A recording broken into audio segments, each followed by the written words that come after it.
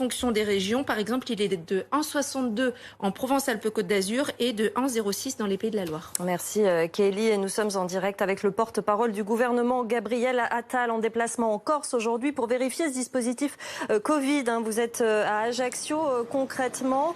Merci d'être en direct sur BFM TV, Gabriel Attal. On a entendu parler de ce durcissement des mesures, une généralisation du port du masque en extérieur. Il faut que les Français se reprennent, dit Jean Castex.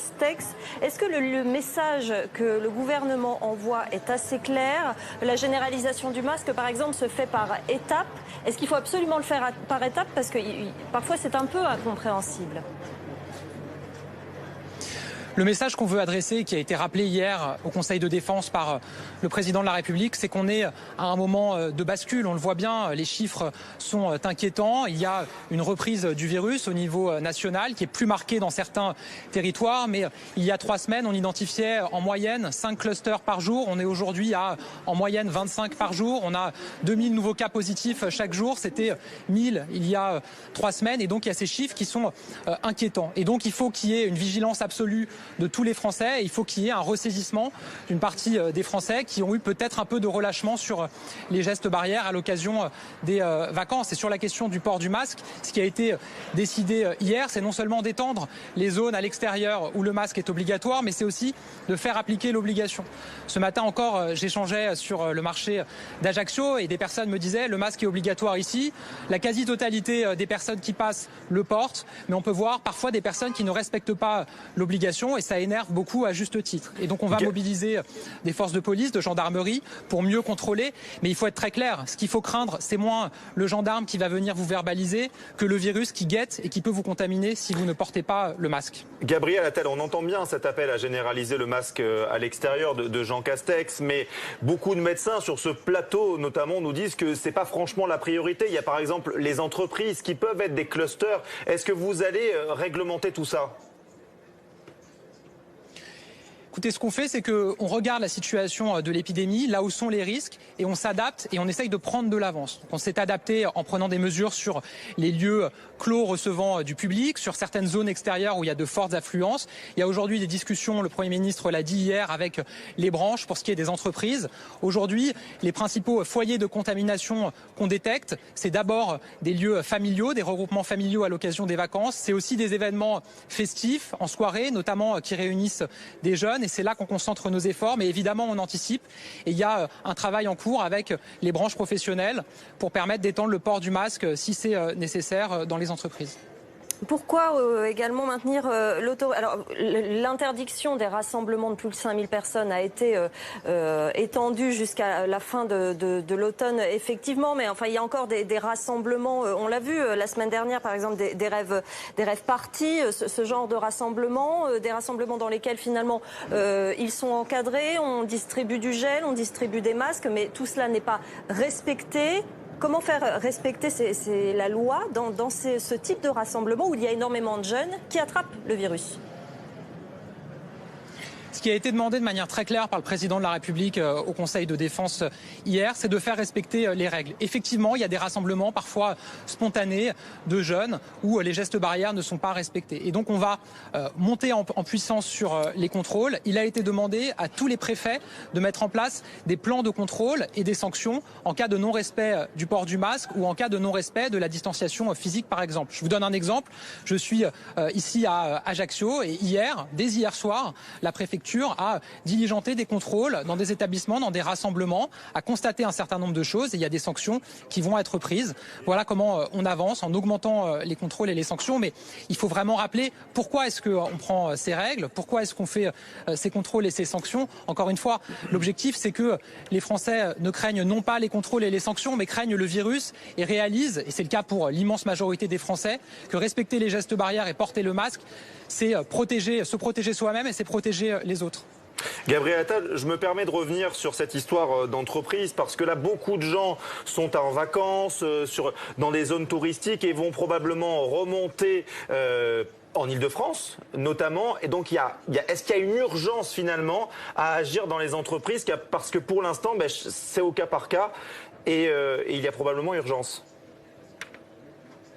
Non, mais il y a de toute façon urgence à anticiper et à se préparer. Et c'est ce qu'on fait. Vous l'avez dit, aujourd'hui, beaucoup de Français sont en vacances et c'est là que se concentrent nos efforts.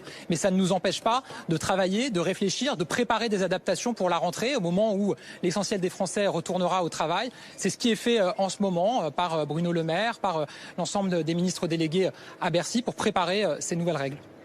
On voit que vous agissez par étapes, l'interdiction du masque à l'extérieur, l'interdiction du masque dans les lieux clos publics. Vous envisagez peut-être des mesures en entreprise. Est-ce qu'on ne peut pas faire les choses de façon plus radicale, histoire de protéger de façon plus sûre la population, ou vous redoutez qu'elle le prenne mal ?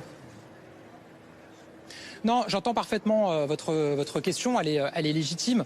Ce qu'il faut absolument, c'est que quand on fixe une règle, elle soit respectée. Et ce qu'il faut, c'est qu'elle soit comprise et qu'elle soit vue comme légitime. Et donc c'est pour ça qu'on fait ce choix de prendre des règles, de décider d'obligations ou d'interdictions, dès lors qu'on constate qu'il y a un risque sanitaire et un risque que l'épidémie progresse. Aujourd'hui, quand il y a des zones, quand il y a des rues, quand il y a des marchés où le masque est obligatoire, c'est bien parce que sur cette zone, sur cette rue, sur ce territoire, il y a un risque de contamination. Et ça, les Français le comprennent très bien. Et donc c'est comme ça qu'on agit, c'est comme ça qu'on va continuer à avancer. Mais évidemment, ça ne nous empêche pas d'anticiper et de regarder tout ce qui peut être fait dès la rentrée.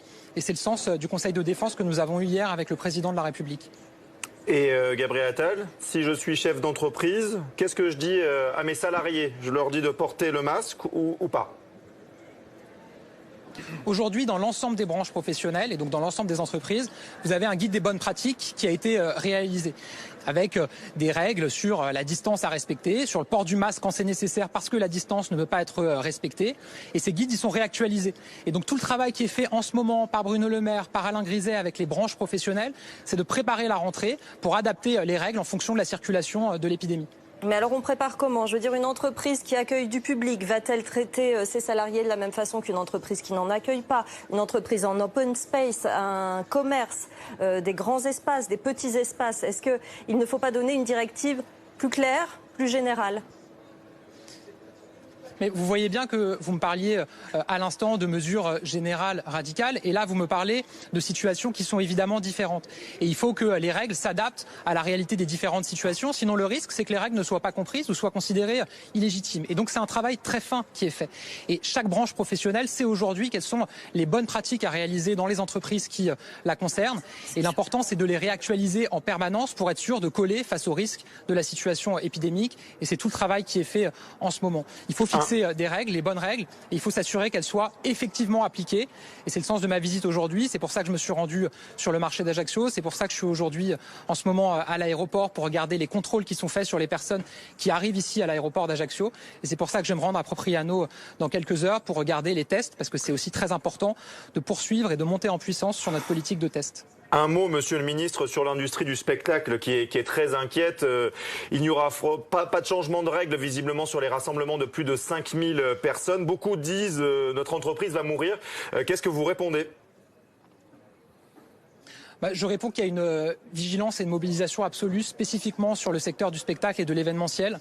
Hier, en Conseil de défense, autour du président de la République, Roselyne Bachelot a rappelé quelle était la réalité économique aujourd'hui pour le secteur. Elle aura l'occasion de s'exprimer sur ce sujet-là et de faire des annonces dans les prochains jours parce qu'effectivement, c'est un secteur qui souffre, c'est un secteur qui doit continuer à exercer, mais où il faut évidemment que les règles de sanitaire soient appliquées parce qu'il en va aussi de la confiance pour les personnes qui se rendent au spectacle. Mais sur ce sujet-là, la ministre aura l'occasion de faire des annonces très prochainement. On a parlé des rassemblements de plus de 5000 personnes interdits, cette prolongation jusqu'à l'automne, mais on a du mal un petit peu à comprendre une différence entre un rassemblement de 5000 personnes et un rassemblement de 3500 ou 4000 personnes. S'il doit y avoir diffusion du virus dans un rassemblement comme ça, il va avoir lieu aussi pour un rassemblement de 4000 personnes. Il faut fixer une jauge. On l'a fait en lien avec le Haut Conseil de la Santé publique, avec le Conseil scientifique qui ont recommandé cette jauge. Ce qui est nécessaire, et là vous avez raison, c'est qu'au sein de cette jauge, les consignes de distance physique, les consignes de port du masque soient respectées. Et c'est pour ça qu'on va mobiliser davantage les préfectures, les forces de police, de gendarmerie pour garantir que dans ces événements, les distances soient bien respectées et que les consignes sanitaires soient scrupuleusement appliquées. On vous remercie Gabriel Attal, porte-parole du gouvernement, d'avoir été en direct avec nous sur BFM TV. Denis de Montpion, je me tourne vers vous. On comprend quand on entend Gabriel Attal qu'encore une fois, il n'y aura pas de règle générale, mais toujours on laisse le choix aux branches professionnelles, par exemple, d'imposer le masque ou pas en entreprise. Le gouvernement, ça veut dire quoi? Il s'en remet aux autres? Non, non, parce que pour les entreprises, c'est très délicat. On a vu, par exemple, quand il y a eu le début du déconfinement, et que les restaurants et bars ont pu réouvrir, des mesures ont été prises. Il semble, vous savez que les terrasses ont pu déborder sur les trottoirs, même sur les places de stationnement souvent, dans les villes, et on a pu constater que finalement, les gestes barrières étaient respectés, les restaurateurs et les bistrotiers ont fait en sorte que il y ait suffisamment d'espace d'une table à l'autre, et donc on voit bien que là, ça a pu fonctionner. Il en va différemment, et on en a eu l'exemple en Mayenne, dans les abattoirs. Alors, il faut quand même rappeler aussi que dans les abattoirs, les gens ont travaillé pendant toute la période la plus aiguë de la crise. Et ce n'est que récemment qu'on s'est aperçu que peut-être il y avait eu un relâchement ou simplement quelqu'un avait pu être contaminé à l'extérieur et introduire la maladie au sein de l'établissement. Donc, chaque cas, en l'occurrence, est particulier. Le gouvernement a décidé que dans les espaces publics clos, il fallait porter le masque, etc., etc. Et d'ailleurs, beaucoup d'entreprises ont commencé à rappeler leurs salariés au travail, tout en gardant une partie en télétravail. Donc, c'est-à-dire que les entrepreneurs sont pas irresponsables. Ils ont fait en sorte aussi que y ait tout ça se fasse progressivement. Et pas seulement progressivement, c'est que effectivement, quand il rappelait 20 salariés, puis ensuite 50, si ça devenait un petit peu délicat et qu'il y avait des risques sanitaires, eh bien évidemment, il revenait à des pratiques plus prudentes. Donc, et il est un peu légitime aussi que le gouvernement laisse les entreprises gérer leur établissement. Il ne faut pas perdre de vue que le gouvernement a évidemment à l'esprit la crise économique et financière. Vous savez que tous les jours, vous avez un ministre, c'était ce matin Alain Griset, qui annonçait plan de relance, on va lâcher des millions, des milliards, etc., etc. Mais à un moment, il faudra payer l'addition. Pascal Crépé, épidémiologiste, est toujours avec nous. Effectivement, c'est une des données pour les prochaines semaines, c'est qu'il va falloir lutter contre la propagation de ce virus, mais qu'a priori, il n'y aura pas de reconfinement. Il va falloir protéger la population tout en conservant une vie presque normale. Oui, alors bon, il n'y aura pas de reconfinement, ça reste encore à voir. Simplement parce que plus le virus circule, plus on s'expose éventuellement au risque d'un phénomène de surpropagation. Et si on fait face d'un coup à plusieurs milliers de personnes infectées, ou même déjà plusieurs centaines, dans un endroit très localisé, à ce moment-là, le dispositif d'identification, de dépistage des cas et des personnes contacts serait débordé, et le seul moyen de contrôler la circulation du virus risquerait d'être un confinement localisé. Et on a vu la situation en Allemagne, au Portugal, se produire. Donc c'est encore un peu difficile de dire qu'il n'y aura pas de reconfinement, au moins localisé en France. Néanmoins, si on reste avec un nombre de reproductions effectifs autour de 1,3, théoriquement, les services de réanimation ne devraient pas être dépassés, et donc on pourrait absorber cette vague d'hospitalisation et éventuellement de personnes en réanimation, effectivement. Merci beaucoup Pascal Crépé d'avoir été avec nous dans le live BFM. Bruno Megarban, un mot sur cette histoire d'entreprise. On voit Gabriel Attal, il laisse la place aux branches professionnelles, aux chefs d'entreprise. Vous dites, il faut absolument porter le masque en entreprise, c'est un cluster évident? J'ai pas de position tranchée. Je dirais, effectivement, on regarde les chiffres, 20% des clusters naissent en entreprise. Donc effectivement, il faut faire attention, c'est une source possible. On va dire, Je crois que chaque situation est différente et doit être traitée en fonction des données locales. Donc je comprends tout à fait qu'il ne faille pas réglementer de façon directive, mais responsabiliser les gens. Si vous travaillez dans un bureau seul, l'intérêt du masque paraît proche de zéro. Si à l'inverse, vous travaillez dans un open space, vous passez votre temps à circuler, aller discuter avec les gens, là c'est sûr que le masque s'impose parce qu'on est en lieu clos.